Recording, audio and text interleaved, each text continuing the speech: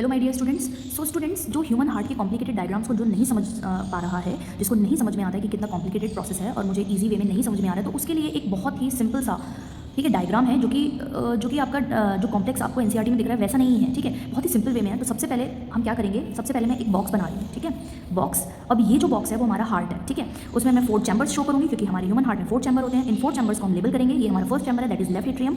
ये हमारा second chamber है, दैट इज लेफ्ट वेंट्रिकल। ये थर्ड चैम्बर है, right atrium. And fourth chamber है, राइट वेंट्रिकल। ठीक है, अब जो ये बीच में डिवाइडिंग वॉल है इसे हम बोलते हैं सेप्टम, जो कि डीऑक्सीजनेटेड और ऑक्सीजनेटेड ब्लड को क्या करती है, डिवाइड मतलब अलग अलग करती है, सेपरेट करती है। ठीक है, तो अब हम क्या करेंगे, पूरा डायग्राम जो भी आप ह्यूमन हार्ट एनसीईआरटी में देख रहे हो उसको हम इसी डायग्राम में समझ लेंगे। ये डायग्राम आप एग्जाम में नहीं बनाओगे, सिर्फ और सिर्फ आपकी अंडरस्टैंडिंग के लिए है कि आपको वो प्रोसेस समझ में आ जाए कि कहाँ से क्या आ रहा है, कहाँ से कहाँ आ रहा है, कौन आयोटा क्या ला रही है, वेना कावा क्या ला रही है, पल्मनरी आर्टरी क्या ला रही है, पल्मनरी वेन क्या ला रही है, उसको हमें समझने के लिए ये डायग्राम। ठीक है, अब मैंने बॉक्स बना दिया। अब यहाँ पर हम क्या करेंगे, लंग्स शो करेंगे और हम यहाँ पर शो करेंगे बॉडी सेल्स।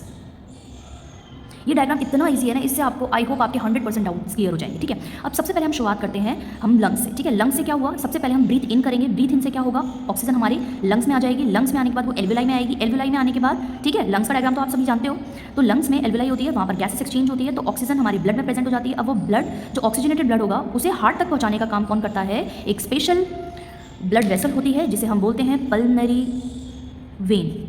ठीक है, ये एक ऐसी वेन होती है, सिर्फ और सिर्फ ये एक्सेप्शन है, बहुत इंपॉर्टेंट क्वेश्चन है, ये एक्सेप्शन है कि पल्मनरी वेन एक ऐसी वेन है, मतलब ये एक ऐसी वेन है जो कि ऑक्सीजनेटेड ब्लड कैरी करती है। अदरवाइज हमारे बॉडी में जितने भी वेन्स हैं वो सारे डीऑक्सीजनेटेड ब्लड कैरी करते हैं एक्सेप्ट पल्मनरी वेन। ठीक है, तो ये एक्सेप्शन केस होता है, इसलिए ये इंपॉर्टेंट है। तो पल्मनरी वेन यानी लंग से ऑक्सीजनेटेड ब्लड लेकर के कौन आता है, पल्मनरी वेन आती है, और वो कहाँ पर ले जाती है, हमारे हार्ट के लेफ्ट एट्रियम यानी कि फर्स्ट चैम्बर में डाल देती है। तो जो ब्लड है वो लेफ्ट एट्रियम में आ गया। लेफ्ट एट्रियम से फिर वो कहाँ जाएगा, वॉल्व के थ्रू वो लेफ्ट वेंट्रिकल में चला जाएगा। ये मैंने वॉल्व्स बनाए हैं, दे आर डोर्स, मतलब दे आर लाइक डोर्स जो कि इस ब्लड को इस चैम्बर से इस चैम्बर में जाने में हेल्प करते हैं। ठीक है, तो जो ऑक्सीजनेटेड ब्लड है वो हमारा लेफ्ट एट्रियम से लेफ्ट वेंट्रिकल में आ गया है। अब लेफ्ट वेंट्रिकल में जाने के बाद जो ऑक्सीजनेटेड ब्लड है अब वो हमारी पूरी बॉडी में जाएगा, लेकिन लेकर के कौन जाएगा, तो ऑक्सीजनेटेड ब्लड को हार्ट से हमारे पूरी बॉडी के सेल्स तक कौन ले जाता है, एक मेन आर्टरी होती है जिसका नाम होता है अयोर्टा। ठीक है, जिसका नाम होता है अयोर्टा। तो aorta is a main artery which carries oxygenated blood from human heart to the body cells. अब बॉडी सेल्स क्या करते हैं, हमारे बॉडी के एवरी सेल को क्या मिल जाता है, ऑक्सीजन मिल जाता है, क्योंकि ब्लड कौन क्या कैरी करके आ रहा है, वो ऑक्सीजन कैरी करके आ रहा है। तो बेसिकली ये सब प्रोसेस इसलिए हो रहा है ताकि हमारे बॉडी सेल्स को ऑक्सीजन मिल जाए। अब जब हमारे बॉडी सेल्स को ऑक्सीजन मिल जाएगा तो वो रेस्पिरेशन करेंगे।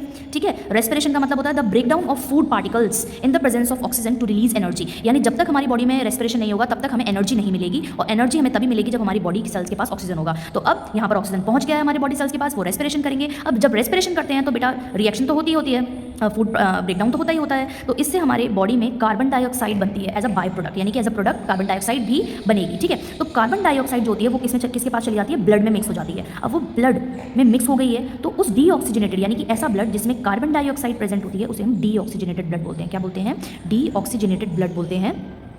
और ये जो डीऑक्सीजनेटेड ब्लड है वो कौन लेकर के जाता है, वो हमारी पूरी बॉडी के सेल से जो डीऑक्सीजनेटेड ब्लड है वो लेकर के मेन वेन जाती है जिसका नाम है वेना कावा। मेन वेन जाती है जिसका नाम है vena cava. Vena cava is a main vein जो कि कैरी करती है डीऑक्सीजनेटेड ब्लड, और वो बॉडी सेल से लेकर के कहाँ पर डाल देती है, हमारे हार्ट के राइट एट्रियम में डाल देती है। अब राइट एट्रियम से जो डीऑक्सीजनेटेड ब्लड है वो वॉल्व के थ्रू राइट वेंट्रिकल में चला जाएगा। राइट वेंट्रिकल से जो डीऑक्सीजनेटेड ब्लड है वो लंग्स के पास चला जाएगा through pulmonary artery, through pulmonary artery. अब ये भी एक एक्सेप्शन है, ये भी एक्सेप्शन है, इसलिए मैं स्टार लगा रही हूँ कि पल्मनरी आर्टरी, ये आर्टरी एक ऐसी आर्टरी है जो कि डीऑक्सीजनेटेड ब्लड कैरी कर रही है। अदरवाइज हमारी पूरी बॉडी की जितनी भी आर्टरीज है वो ऑक्सीजनेटेड ब्लड कैरी करती है एक्सेप्ट दिस वन। ठीक है, तो याद रहे ये पूरा प्रोसेस हमारा ह्यूमन हार्ट का सर्कुलेशन का सिस्टम, सर्कुलेटरी सिस्टम दिखा रहा है। और सेम पल्मनरी आर्टरी के बाद जो डीऑक्सीजनेटेड ब्लड है वो लंग्स के पास जाएगा। लंग्स के पास जाने के बाद वो एल्वेलाई के पास जाएगा। एल्वेलाई से फिर हमारे लंग्स के थ्रू और नोज के थ्रू जो कार्बन डाइऑक्साइड होगी वो बाहर निकल जाएगी, और सेम फिर ऑक्सीजन एंटर करेगी लंग्स में, फिर वो सेम प्रोसेस रिपीट होता रहेगा। तो ये है पूरा आपका सर्कुलेशन। आया ना समझ में, ये बहुत ही ईजीएस्ट वे में जिसमें आपको नहीं समझ में आता है कि कहाँ से क्या ब्लड आ रहा है, कहाँ से क्या। तो यहाँ पर मैंने एरोज बनाए हैं और सब चीज़ें शो करी है ताकि आपको ईजीएस्ट वे में समझ आए। That's all.